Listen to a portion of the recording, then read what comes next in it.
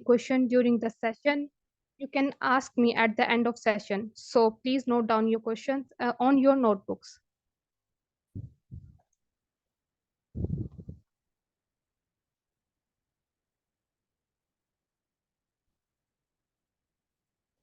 Today's these topics we will cover. So you should go through the slide, then I will explain next.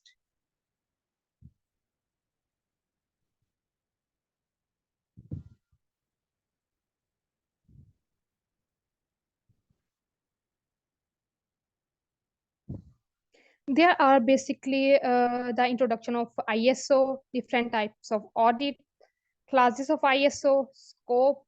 There are basically 7 classes of ISO, but in this section, we will explain 4 classes of ISO, which are basic classes, which are starting from the class number 4, principles of auditing, class number 5, managing an auditing program, class number 6, conducting an audit, class number 7, competence and evaluation of auditors. First of all, we see the overview of ISO, that you know all about the ISO. ISO stands for the International Organization for the Standardization.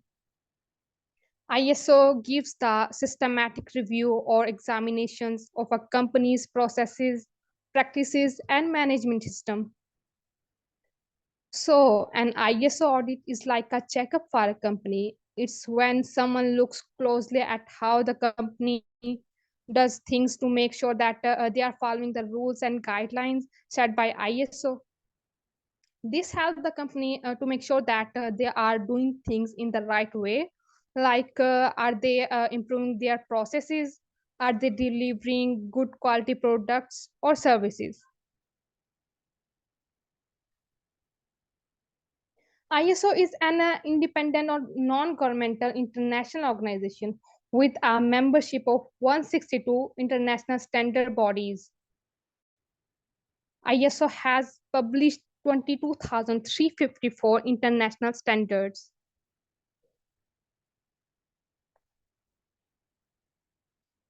Next is about the introduction of ISO 19011.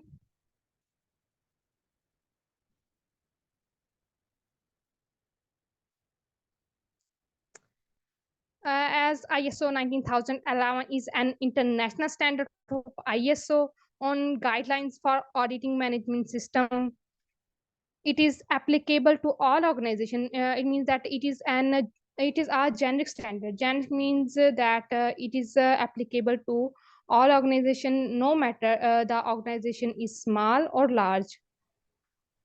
So ISO provides guidelines for the auditing management systems. These guidelines includes principles of auditing, managing an audit program, conducting an management system audits, guidance on the evaluation of competence.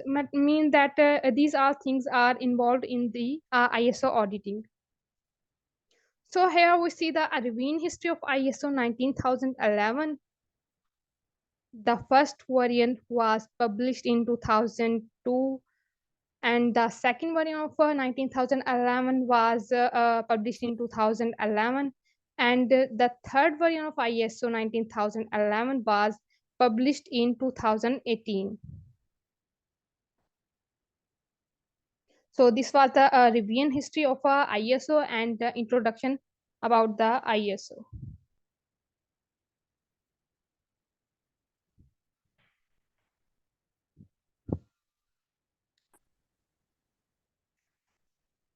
Next, there are different types of audit. Basically, there are many types of audit, but here we will discuss about the 3 types of audit. There is a first party audit, number 2 is the second party audit, and then number 3 is the third party audit. What is the first party audit? First party audit is also called an internal audit.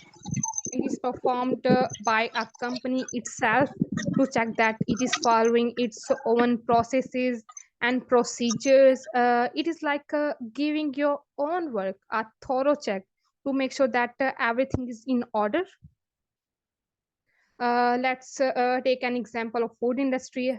In our food industry, a first party audit could involve a restaurant internal team reviewing its kitchen practices, food handling procedures, cleanliness standards, and other things.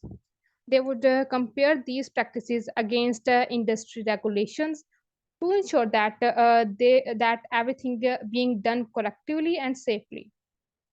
So this was about the first party audit. Next is the second party audit. What is second party audit? Second party audit is also called the external audit. It is when a company reviews the processes, systems, and practices of its suppliers or partners to ensure that they are meeting the required standards. It is like having a friend to check your work to make sure that you are doing things in the right way. Here we take an example of a fast food company. As we all know that every fast food company use chicken or meat in their products. That then how they check the quality of the chicken they are using. To check the quality of chicken, they conduct the second party audit or external audit to their suppliers to ensure that they are meeting all required standards or not. This is about the second party audit. Next is the third party audit, which is a third party auditor is when an independent and neutral organization assesses the processes and system and practices of that company. The third party audit is also called the certification audit. Why this third party audit called certification audit? Because at the end of the audit, if company meets all the standards according to the rules and regulation of the ISO, then auditor will provide ISO certificate to the auditee. So that's why the third party audit is called certification audit. So these were the three types of audits which are used in the industry.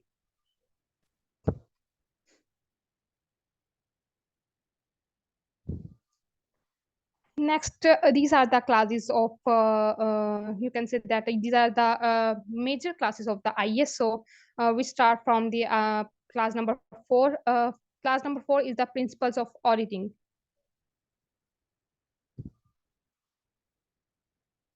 Auditing is characterized by the reliance on a number of principles. These principles should help to make an audit effective and reliable tool in support and management practices and controls. There are basically 7 principles of auditing. You can go through the slide, then I will explain it one by one.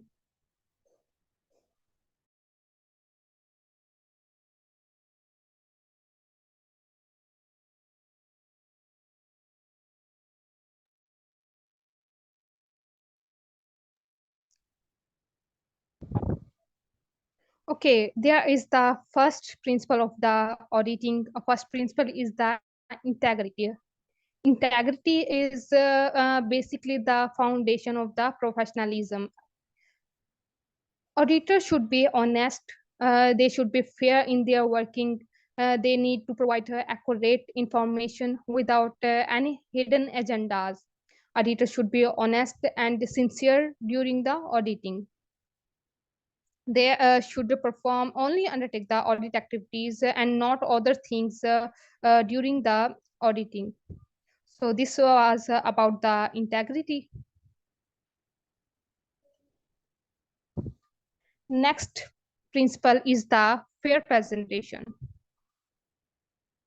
Fair presentation is the obligation to report truthfully and accurately. The information during the auditing gathered should be presented truthfully. Information should be objectively.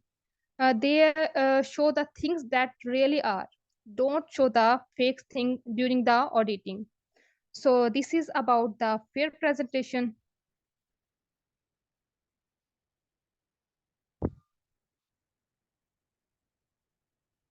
Next principle is the due professional care. Every You can say that every person should be careful during their profession. The application of the diligence and judgment in the auditing. Auditors need to do their job carefully and thoroughly. They should use their skills and their knowledge to collect reliable information. They should not miss any important details during the auditing. This is about the due professional care. Next principle is the confidentiality. Confidentiality means you can say that it is about the privacy of the information or security of the information. Anything learned during an audit should be kept confidential. Auditors should not share sensitive information with anyone who doesn't need to know it. So the every you can say that every member which is working in an audit team uh, should be confidential, should have the confidentiality. Next principle is the independence. It is the basis for the impartiality of the audit and objectivity of the audit conclusions.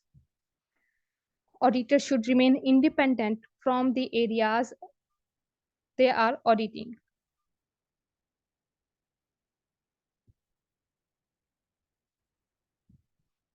Number six principle is the evidence approach. It is the rational method for reaching reliable and reproducible audit conclusions in the systematic audit process.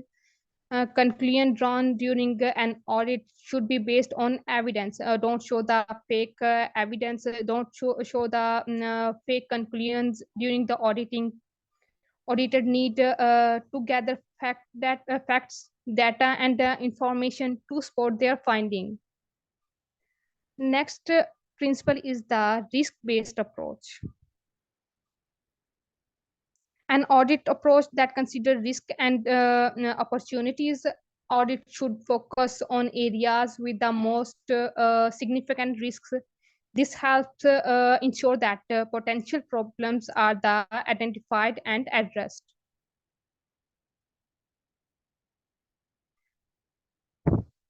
Next class is the managing audit program, that how we can manage audit program step by step.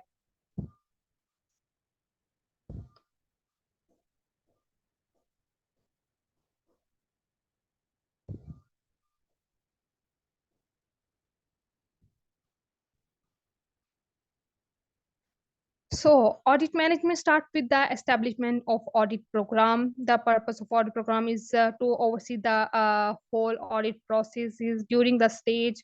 Audit planning and preparations are made, including review of all available documented information for the management system being audited, and the establishment of the clear audit objectives and criteria. There are the few, you can say that it is information about the managing audit program, that how we can manage an audit program. You can go through this slide, then I will explain further.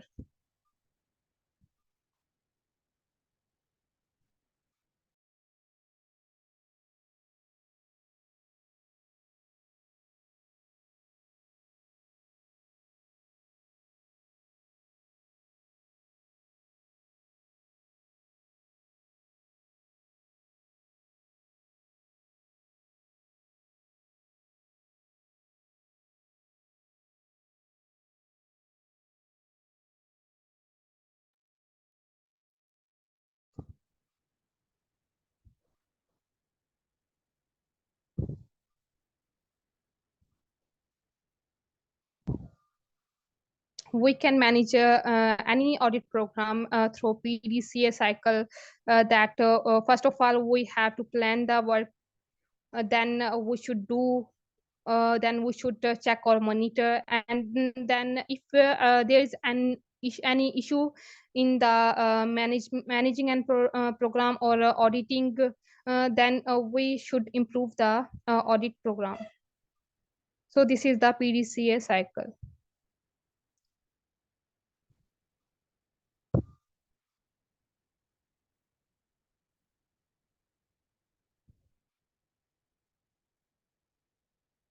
So firstly, we have to establish audit program objectives. How we can establish audit program objectives?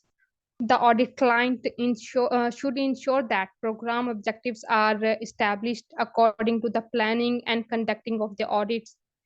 These objectives based on the consideration of needs and the expectations of the relevant interested parties. In the objectives, they should ensure that management system ensure the management system requirements. They should think about the resources they can get enough auditors, enough time and tools. They should these objectives should be achievable with the available resources. So don't set the goals that are high or impossible to achieve. Set a time frame for the completing the audit program. So this was about the establishing an audit program.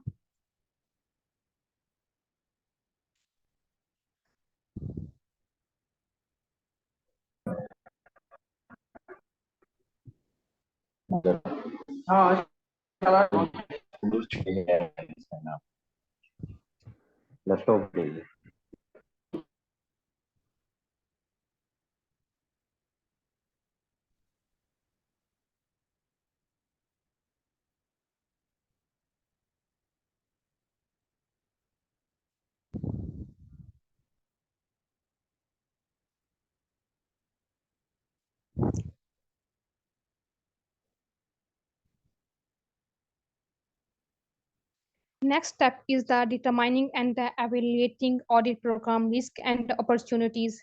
How we can determine and evaluate the risk and opportunities during the managing an audit program.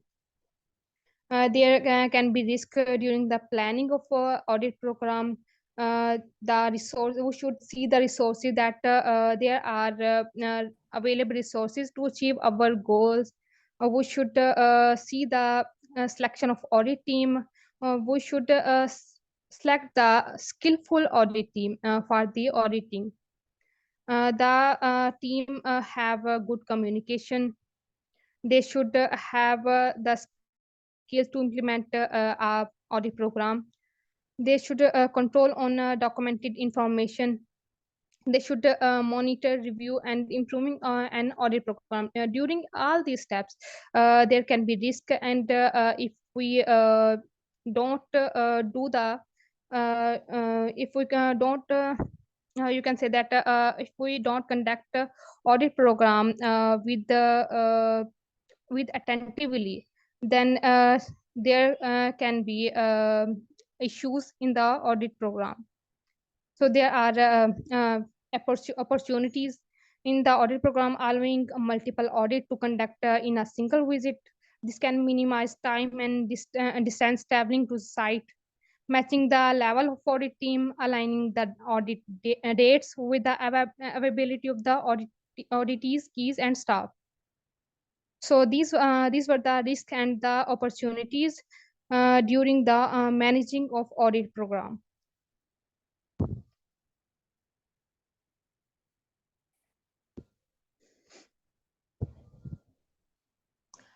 After determining the risk and opportunities, we have to establish audit program.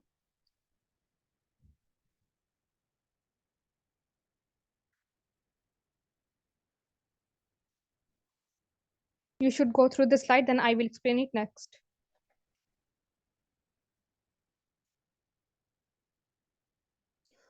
There are a few steps by which we can establish an audit program, roles and responsibility of individual managing audit programs. But the individual who is managing the audit program, he established the limit of audit program. He determined the internal and external issues and also risks and opportunities that can affect the audit program. He should ensure the selection of audit team. He will be involved documentation, monitor, review, and improve the audit program. Next step is the competence of the individual managing the audit program. That what is the competence of the individual who is managing the audit program? Individual should have the knowledge of audit principles, audit methods, and the processes. He should have the knowledge about the management system standards.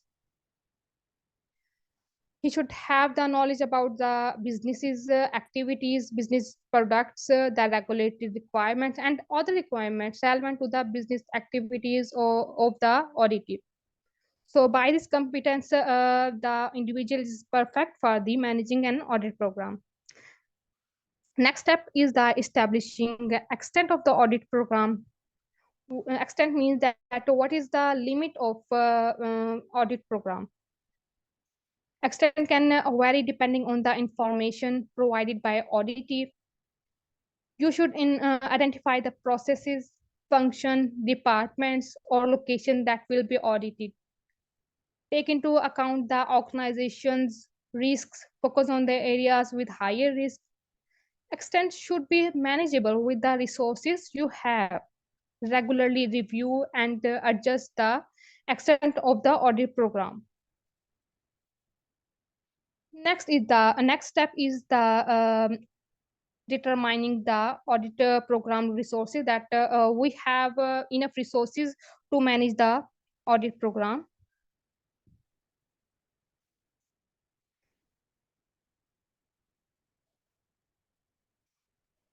After establishing the audit program, we have to implement the audit program. In general, once the audit program has been established and related resources have been determined, it is necessary to implement the audit program. There are a few steps by which we can implement the audit program. First of all, defining the objectives, scope, and criteria for the individual audit. First is the general. What things are present generally? The individual managing the audit program should communicate the relevant parts of the audit program. He should define the objectives, scopes, and criteria for each individual audit. He should ensure the audit teams have necessary skills. He should ensure that conduct of the audit according to the audit program, and at the end, he should review the audit program.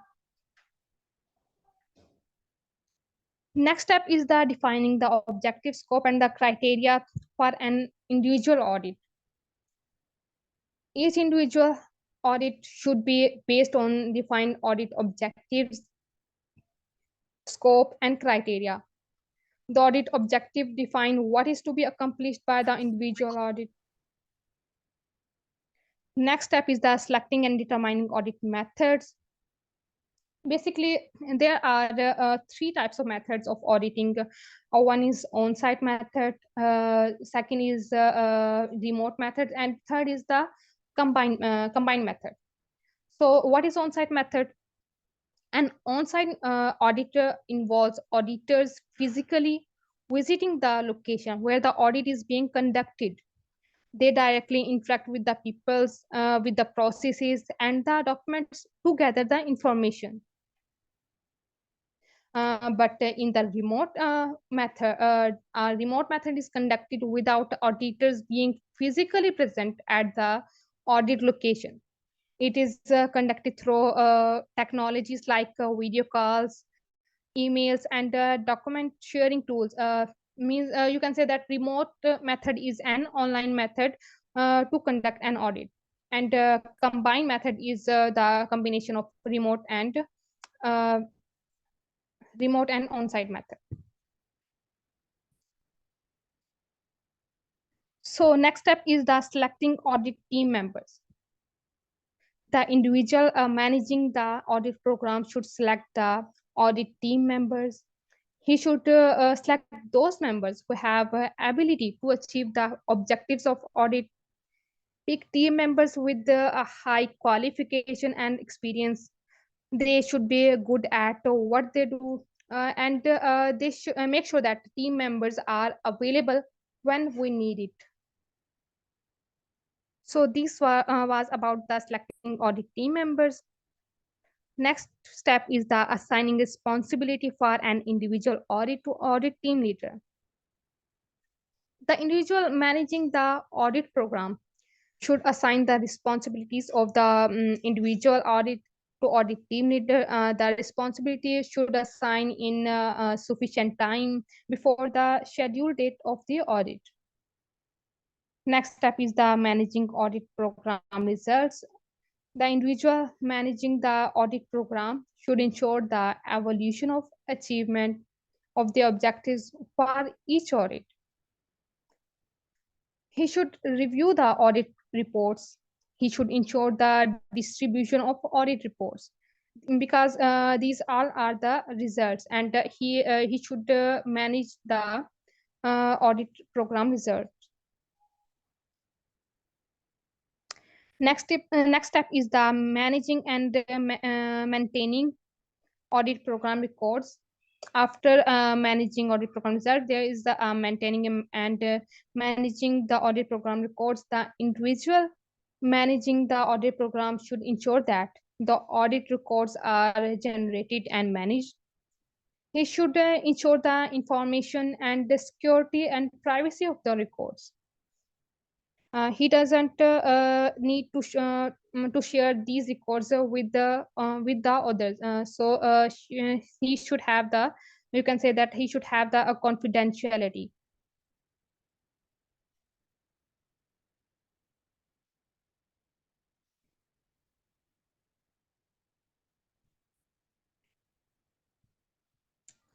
Next is the monitoring audit program.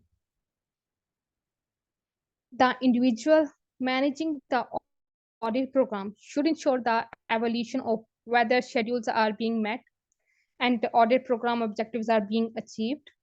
He should check the feedback from the clients and from the clients and from the auditees.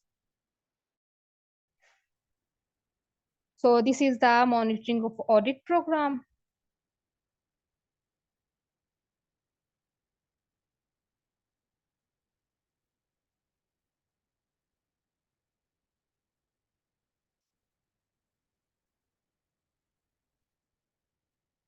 After monitoring, there is a reviewing and improving audit program. After monitoring, the individual managing the audit program should review the audit program and objectives that the objectives have been achieved. The lesson learned from the program review should be used inputs for the improvement of the next program.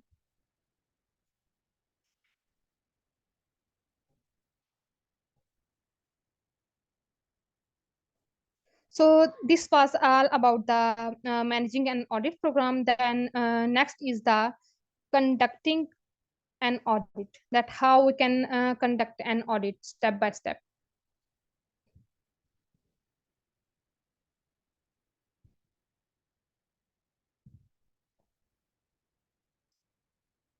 First step is initiating the audit.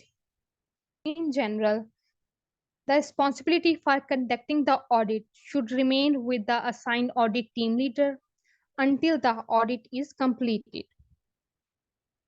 Next step is the establishing contact with the auditee. The audit team leader should ensure that contact is made with auditee majorly to confirm the communication channels. He should provide relevant information on the audit objects, audit scopes, and the methods. He confirmed the agreement with the auditees. Next step is the determining feasibility of the audit. Feasibility means the easiness of the audit. The feasibility of audit should be determined to ensure that the audit objectives can be achieved. Where the audit is not feasible, an alternative should be proposed to audit client in the agreement with the auditee.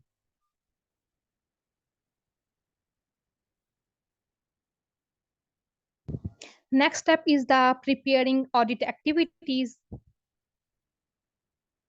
In preparing audit activities, performing review of documented information,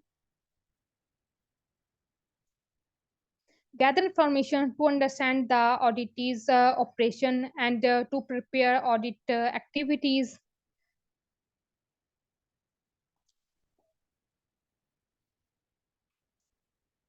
They should establish the overview of the extent of the documented information. Next is the audit planning that an audit planning should be risk-based. The audit team leader should adopt a risk-based approach to planning the to planning an audit. So he should prepare an documented information for the auditing.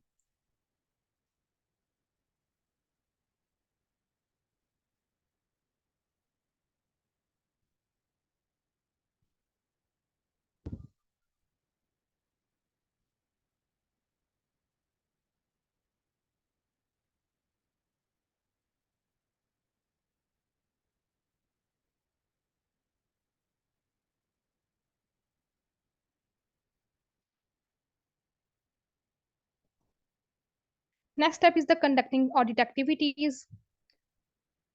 You can go through the slide for 2 minutes and then I will explain it.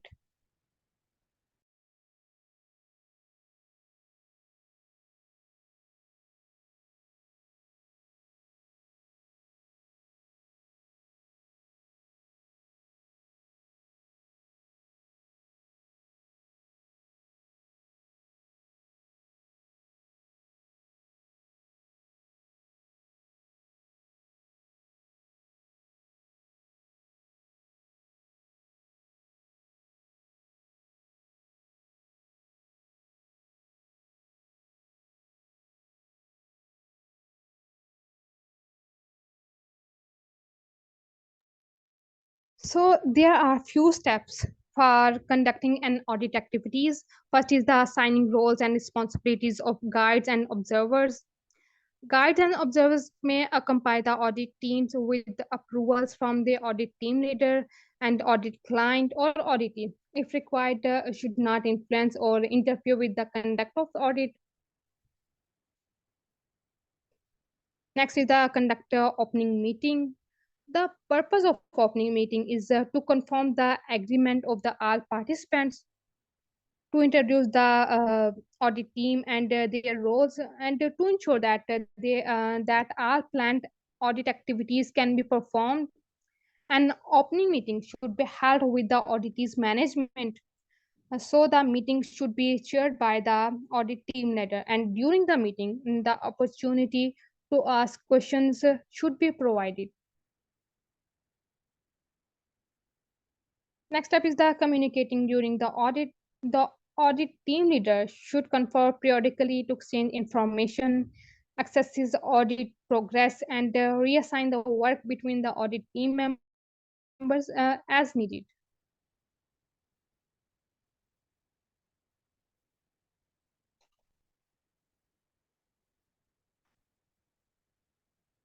Audit information availability and access.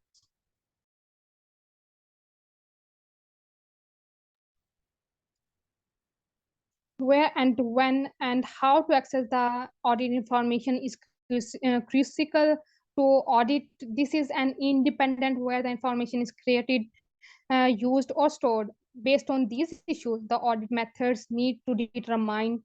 The audit can use a mixture of methods. Also, audit circumstances may mean that the methods need change during the audit. Next is the review conducting audit. The auditee's relevant documented information should be reviewed to determine the conformity of the system and to gather the information to support the audit activities.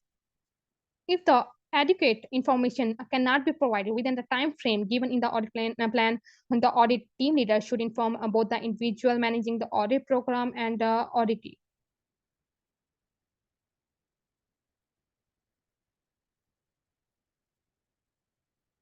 Next is the collecting and verifying the information during the audit. Information relevant to the audit objectives, scope, and criteria should be collected by means of appropriate sampling and should be verified. Only information that can be subject to some degree of verification should be accepted as audit evidence. Where the degree of verification is low, the auditor should use their professional judgment to determine the degree of reliance that can be placed on it as evidence. So audit evidence leading to the audit findings should be recorded. What are the methods of collecting information? The methods of collecting information are the interviews, observations, review of documents, and including records. Next is the generating audit findings. Audit evidence should be evaluated against the audit criteria in order to determine the audit findings.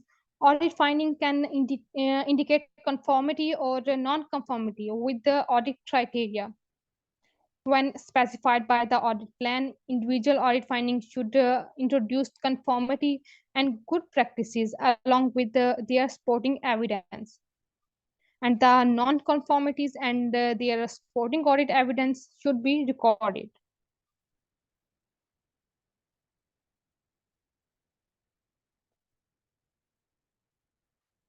Next is the determining audit conclusion, that how we can determine the audit conclusion. For this, we prepare a closing meeting. The audit team should confer prior to the closing meeting in order to review the audit findings and any other appropriate information collected during the audit. They should agree. They should agree on the audit conclusions. They should prepare recommendations if specified by the audit plan.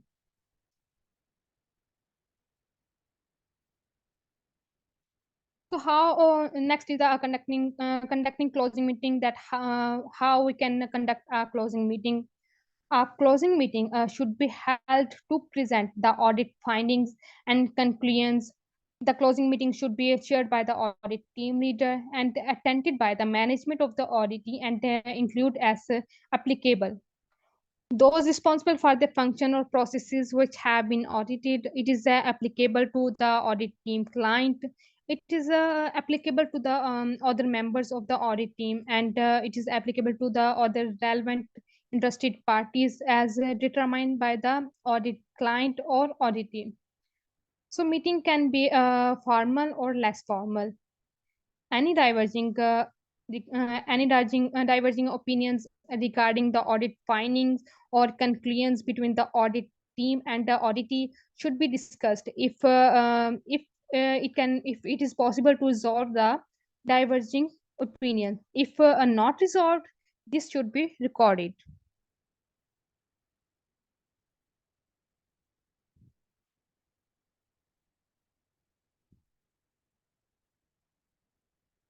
Next is the preparing and distributing audit record.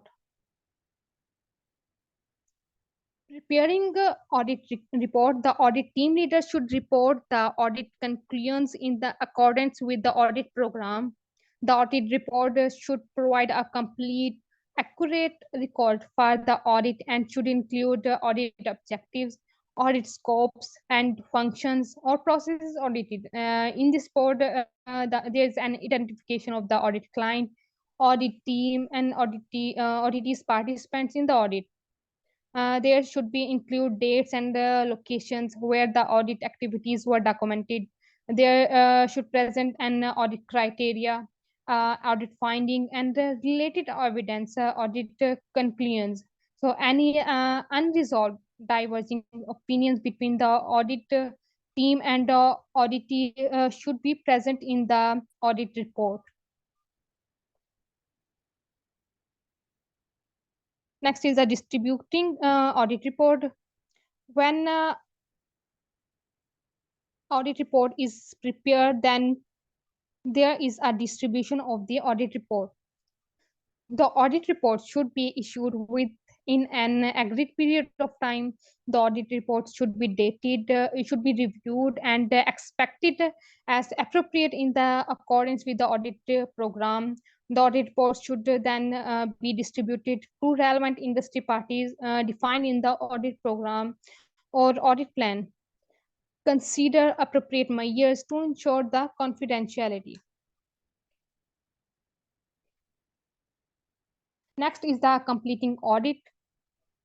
The audit is completing when all the plan audit activities have been carried out as otherwise agreed with the audit client. The document information pertaining the audit should be retained or disposed.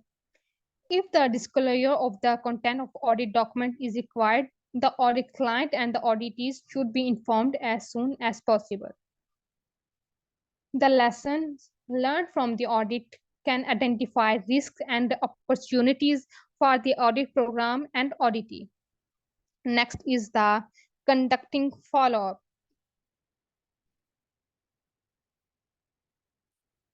The outcome of the audit can, depending on audit objectives, indicate the need for the corrections, for corrective actions or opportunities for the improvements.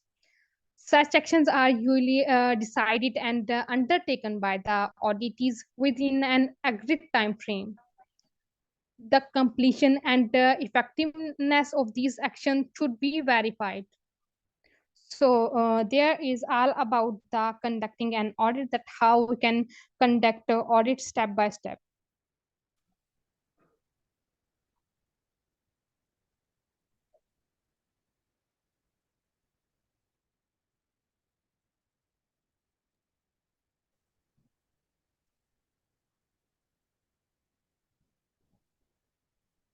Next, and you can say that last class of the ISO, which is competence and the evolution of auditors.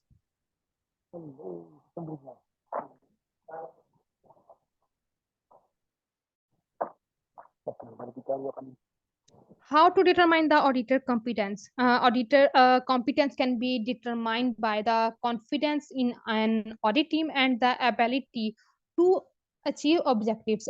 These two things make the competence of the audit team.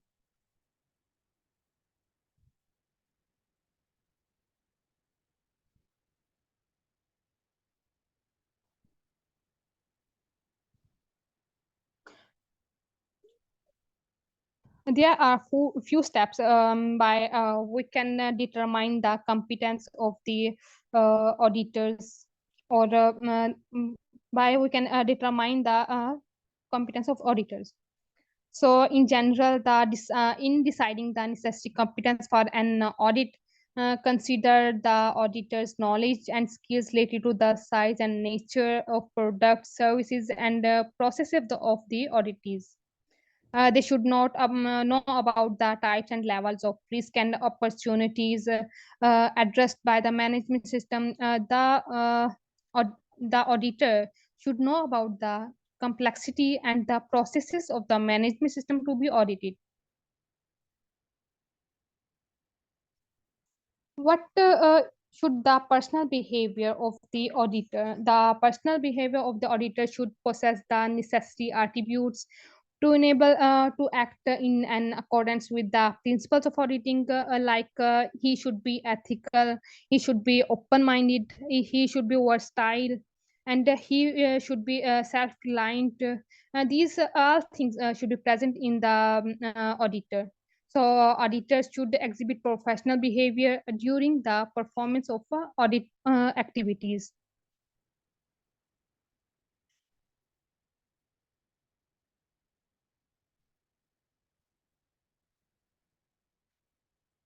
So now we talk about the knowledge and skills. There should be present generic knowledge and skills of the management system auditors. What is the mean of generic? Generic means that anything which is applicable to which is applicable to anything, means that the auditor's knowledge can be applicable to many different departments. Generic knowledge, the audit principles, processes and methods, he should know about the management system standards and the other references. What now we talk about the discipline and the sector specific competence of the auditors. He should have knowledge about the management system requirements and principles and their application. He should have knowledge about the fundamentals of discipline and sectors related to the management system standards as applied by the audit team. What should be the generic competence of the audit team leader? The generic competence should be the team leader, the plan and the audit and the assign audit task according to the specific competence of the individual audit team members.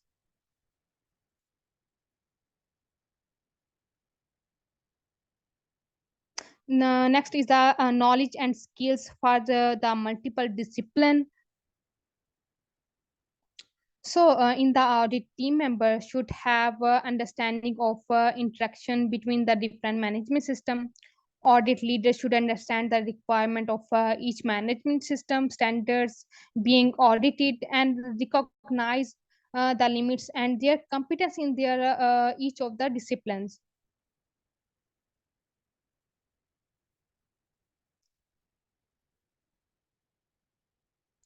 Next is the achieving audit team leader competence, that how we can achieve the audit team leader competence successfully. He should successfully completing training programs.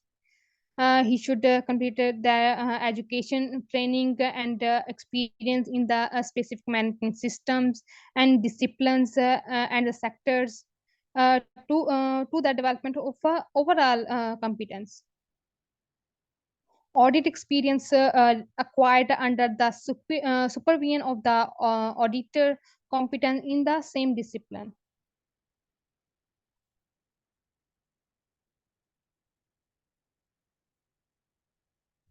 What should the auditor evaluation criteria? Evaluation criteria can be qualitative and quantitative. What is the mean of qualitative? Qualitative means that such having desired behavior, knowledge, or performance of skills in training or in other workplaces. And about the quantitative, he should have it means that such as years of work experience and education, a number of audits conducted, and hours of the audit trainings. You can say that the qualitative things are those which we cannot measure, and the quantitative things are those which we can measure in the numbers. Next is the conducting auditor evaluation. The information collected about the auditor and the evaluation should be compared against the criteria of required knowledge and skills. And next point is the maintaining and improving auditor competence. That how the auditor is maintain and improve. Auditors and audit team leaders should continually improve their competence.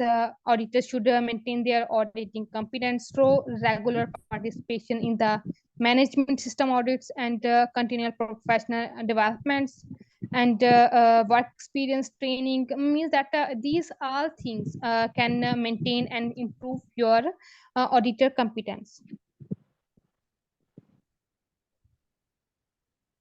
So this all was about the ISO, and this all was about the four classes of ISO. So it would be better if everyone worked together as a system with the aim for everybody to win. It is said by William Edward Deming. Thank you.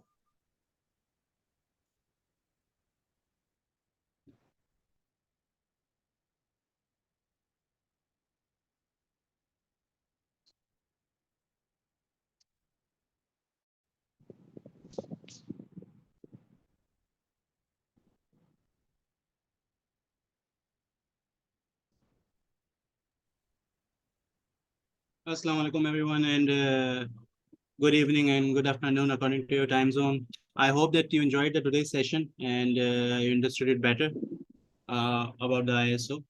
So, if you have any questions regarding the today's session, you may ask me. I am waiting.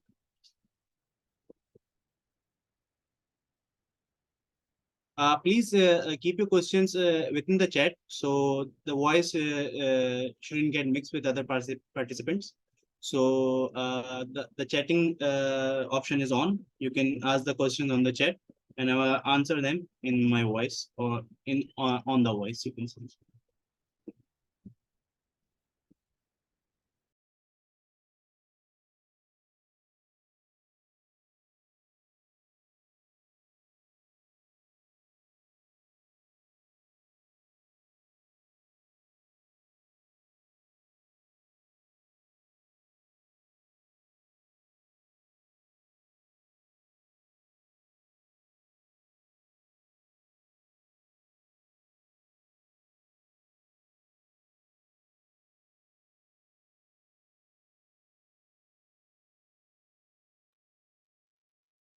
Okay, so I would like to just add something a little bit of uh, you can say a part in the today's presentation as in my point of view, or you can say in my part that we understood that ISO 19 and 011 is an international standard for auditing the management systems.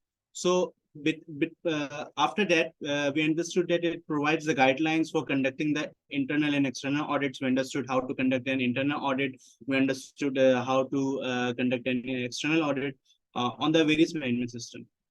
But what is the basic understanding over here is that the quality management in the environmental management or the information security, all of these different fields adopt this ISO version or the model. So the 1911 ISO outlines the principles of auditing and the processes involved and provides the guidance on conducting the audits effectively. So what about the different type of scenarios that could occur? See, uh, through various fields, whether you can say in food, whether it is in the information security management, whether it is the environmental management, all of these stands for the quality. If there is no quality, there is no improvement and there is no benefit for the consumer. So if the quality is maintained, how is quality is maintained? Through this uh, ISO, various type of different ISO standards, and one of them is the one that we went through today and understood it, how to conduct it. So the basic scenario here is that the ISO provides the quality management.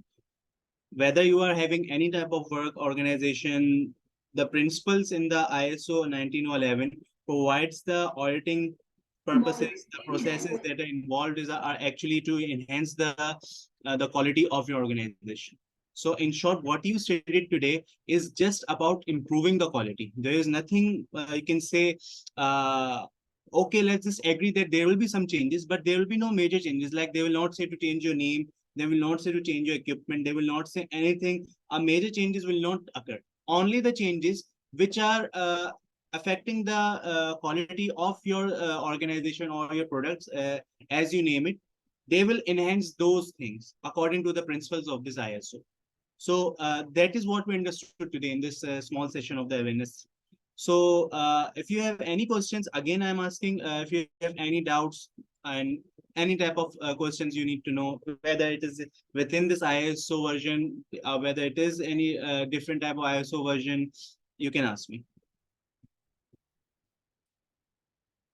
And I would like to thank everyone who participated in today's awareness session.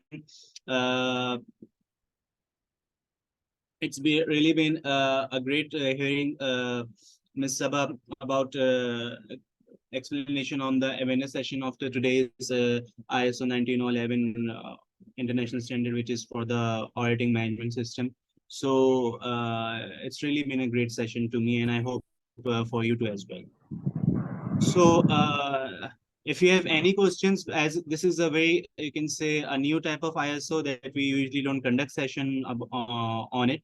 So we tried our best to deliver all of the ISO, different type of ISOs version, awareness session, whether it's a training and anything. So if you have any questions, you may ask me again.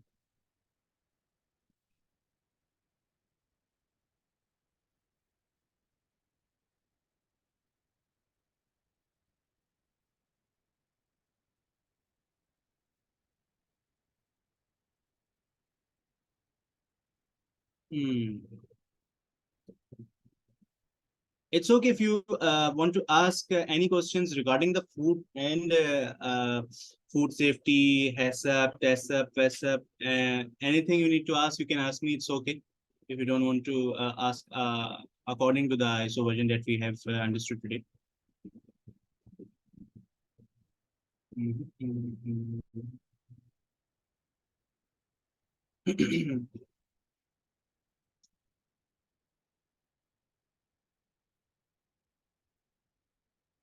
Okay, so I will wait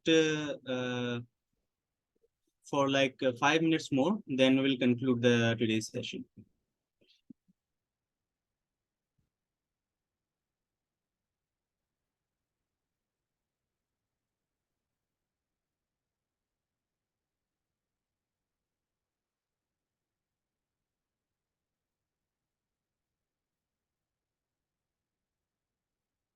You are very much welcome, Mr. Afaq.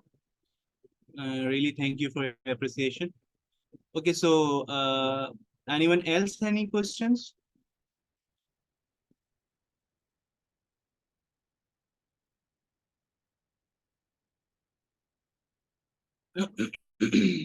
So on 3rd of the September, which is I guess day after tomorrow, on Sunday, we will be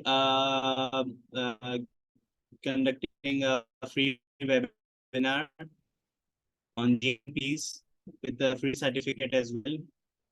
It's been a while since we did this, so we are bringing the old gesture back of giving more and taking less. So you can join this and avail this opportunity for the you can say the knowledge on what are the GMPs, what are the GMPs of the industries, organization, and different scenarios of the organization, whether it's in food safety and so please do join it, as the awareness session, which is with the free certificate, are very rare nowadays in the world. So I would recommend everyone to join this one as well. So at last, someone asked a question. I'm really happy that someone did. So Mr. Raza has asked, what is the major difference between the HACCP and WASSP? So let's understand what is HACCP. Chemical and biological food safety hazards. This is the one side of the HACCP. As you have asked the major differences, I would only stick to the major ones. So HACCP is the primarily concerned with the prevention of the physical and chemical and biological food safety hazards, while WASSP is focused on preventing the food fraud and international adulteration of the food products. So WASSP is, you can say, is usually conducted for the food fraud, not for the food safety hazards. Like just say that there has been a WASSP, you can say audit, or you can say inspection of the WASSP. So what the inspection team would check for the intentional adulteration of the food products. Let's just say that you own an organization and there has been various type of food products that you have in your organization. So one of the food products has been traced within, you can say, more salt or anything which is within the premises of the food fraud. So the VESAP principles are for those to address where the food fraud has occurred and why it is occurred. Because the food fraud or the VESAP is the main focus of it is on the safety and quality as well. But the adulteration or the food fraud is for the VESAP, while the chemical and biological food safety hazards is for the you can say HACCP, and for the VESAP is for the food adulteration and food fraud.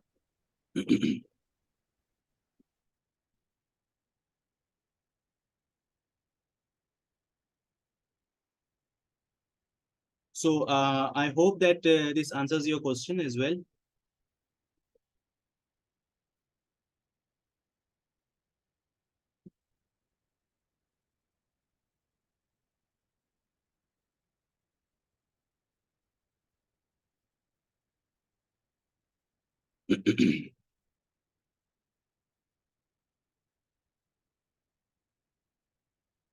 Okay, so we have Sadaf Akbar. Which principle of auditing is newly added in ISO 19011? A very good question. See, risk-based auditing is the most significant change in the 2018 version of the ISO 19011.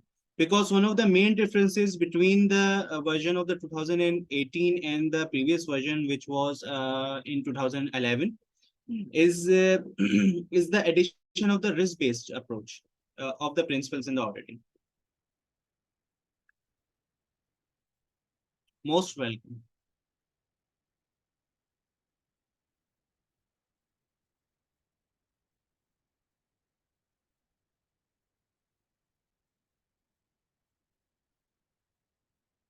Okay, Mr. iPhone, you can message me personally, or you can message anyone. I will share my HESA form with the organization, and they will share it with you.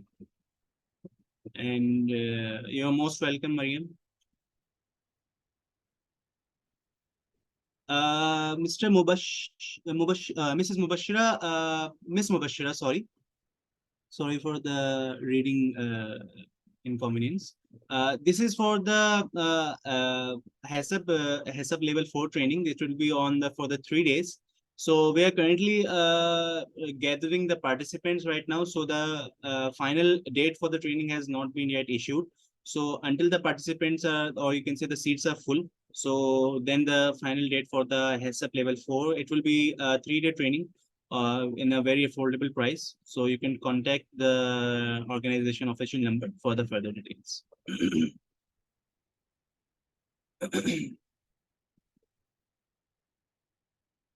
Okay. What is the difference or what has it?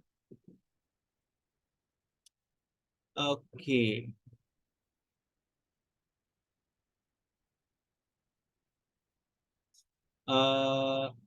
AFAQ. Mr. AFAQ, it is okay if I answer in English?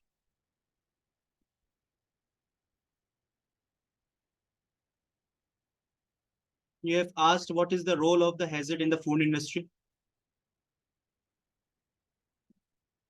Okay.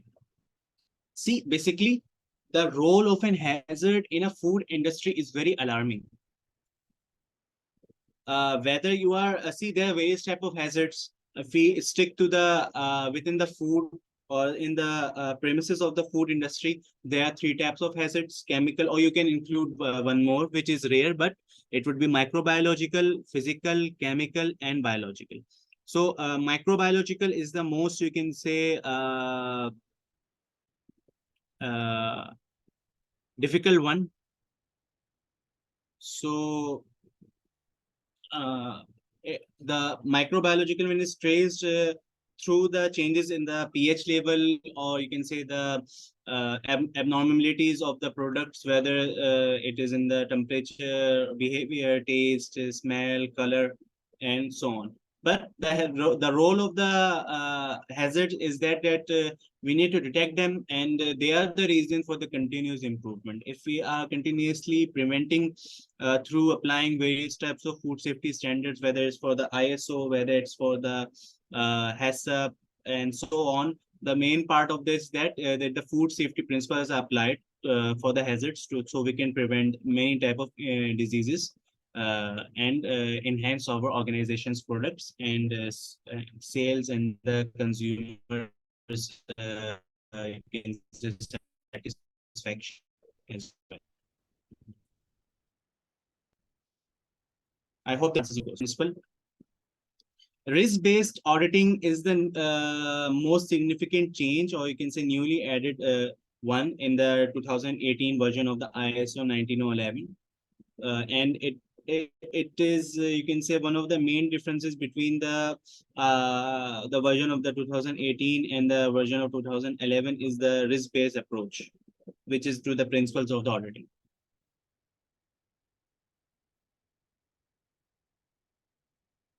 I hope that answers your question, Ms. Mehak.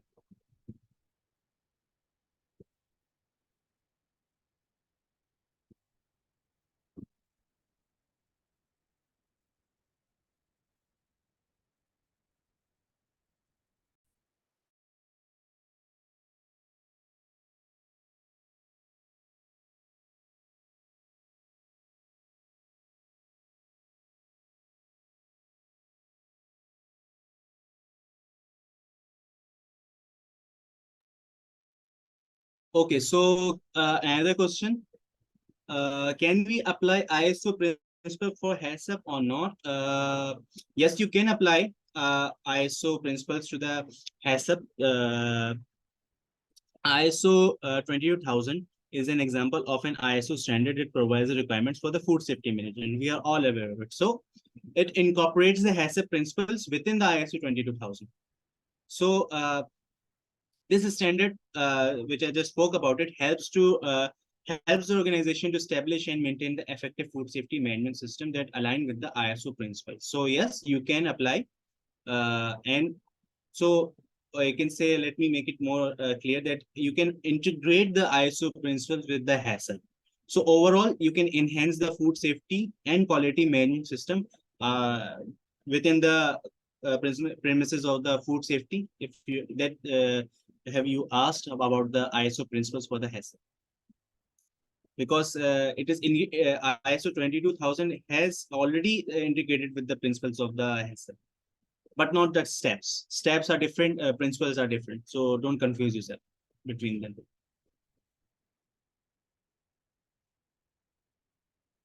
And I hope that answers your question as well.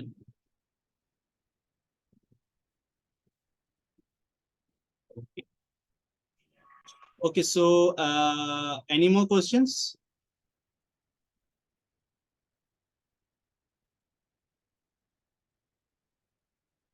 Okay, then most welcome everyone, and I would like to thank everyone again for contributing and taking out your precious time and involving in this awareness session and giving your you can say time and concentration and attention to today's session. I hope you enjoyed all, and I will look forward to the next session. I'll be conducting the next section on the GMPs, so which is day after tomorrow on Sunday evening.